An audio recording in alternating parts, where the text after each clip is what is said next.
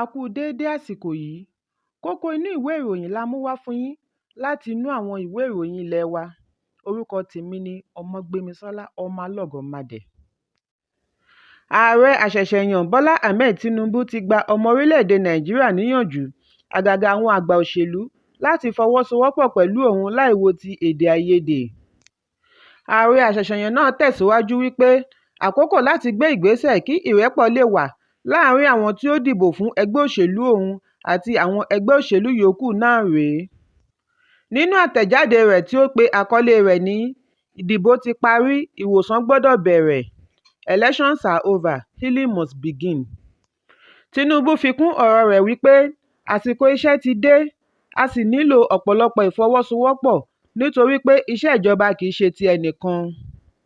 Ẹ̀kúnrẹ́rẹ́ ìròyìn yìí wà nínú ìwé ìròyìn The Nation tó jáde lónìí. Gómìnà ìpínlẹ̀ Èkó Babájídé Sanwó-Olú ti fi dá àwọn olùgbé ìpínlẹ̀ Èkó lójú wípé ìjọba òun yóò rí dájú wípé wọ́n parí kíkọ́ àkànṣe iṣẹ́ ọkọ̀ ojú irin elérò rẹpẹtẹ Lagos Rail Mass Transit kí òun tó parí sáà àkọ́kọ́ ní ọjọ́ 29 oṣù karùn-ún ọdún yìí.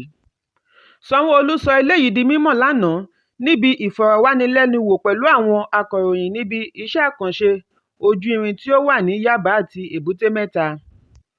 Ó tẹ̀síwájú wípé ìjọba ìpínlẹ̀ Èkó ní àjọṣepọ̀ pẹ̀lú àwọn iléeṣẹ́ pàápàá jùlọ iléeṣẹ́ ọkọ̀ reluwé láti mú kí iṣẹ́ náà parí ní kíákíá.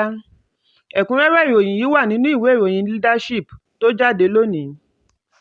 Ìjọba orílẹ̀-èdè Amẹ́ríkà ti rọ Ààrẹ Muhammadu Buhari láti rí i dájú wípé ó yọ àlékún owó epo tí a mọ̀ sí fuel subsidy kí ó tó gbé ìjọba rẹ̀ kalẹ̀ ní ọjọ́ 29 oṣù karùn-ún ọdún yìí.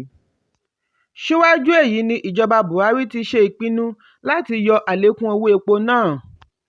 Mínísítà fún ètò àti ìṣúná owó Hajiya Zainab Ahmed fi àwáwí ìdádúró yìí kọ́ ètò ìdìbò gbogbogbò lẹ́sẹ̀ àti òǹkà tí ó ń bọ̀ lọ́nà National Population Census.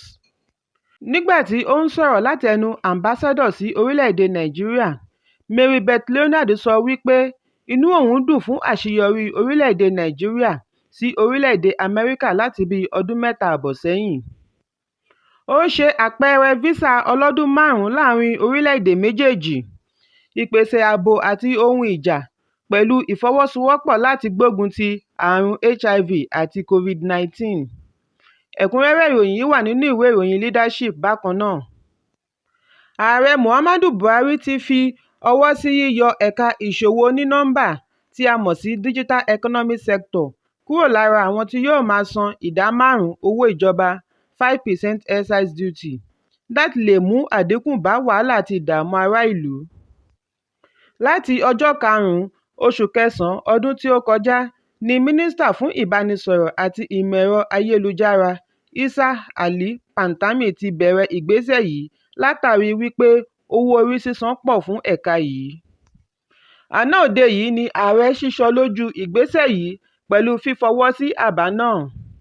Ẹ̀kúnrẹ́rẹ́ ìròyìn yìí wà nínú ìwé ìròyìn The Guardian tó jáde lónìí.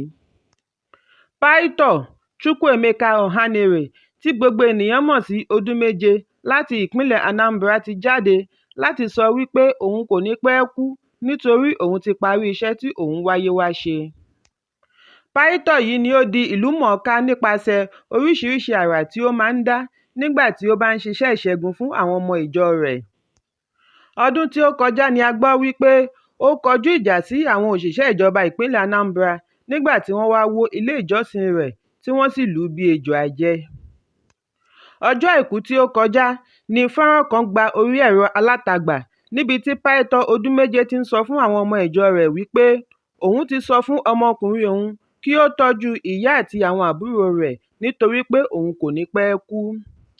Ẹ̀kúnrẹ́rẹ́ ìròyìn yìí wà nínú ìwé ìròyìn Daily Post. Kókó inú ìwé ìròyìn tòní kò ní jù báyìí lọ. Ẹ pàdé mi lọ́la fún àkọ́tún ìròyìn. Kí a tó lọ, ẹ má ṣaláì fi àríwísí yín ránṣẹ́, ìyẹn comment, kí ẹ sì bá wa subscribe sí ojúnà wa lórí YouTube kí Kókó Inú Ìwé Ìròyìn lè máa tẹ̀ yín lọ́wọ́ ní kíákíá.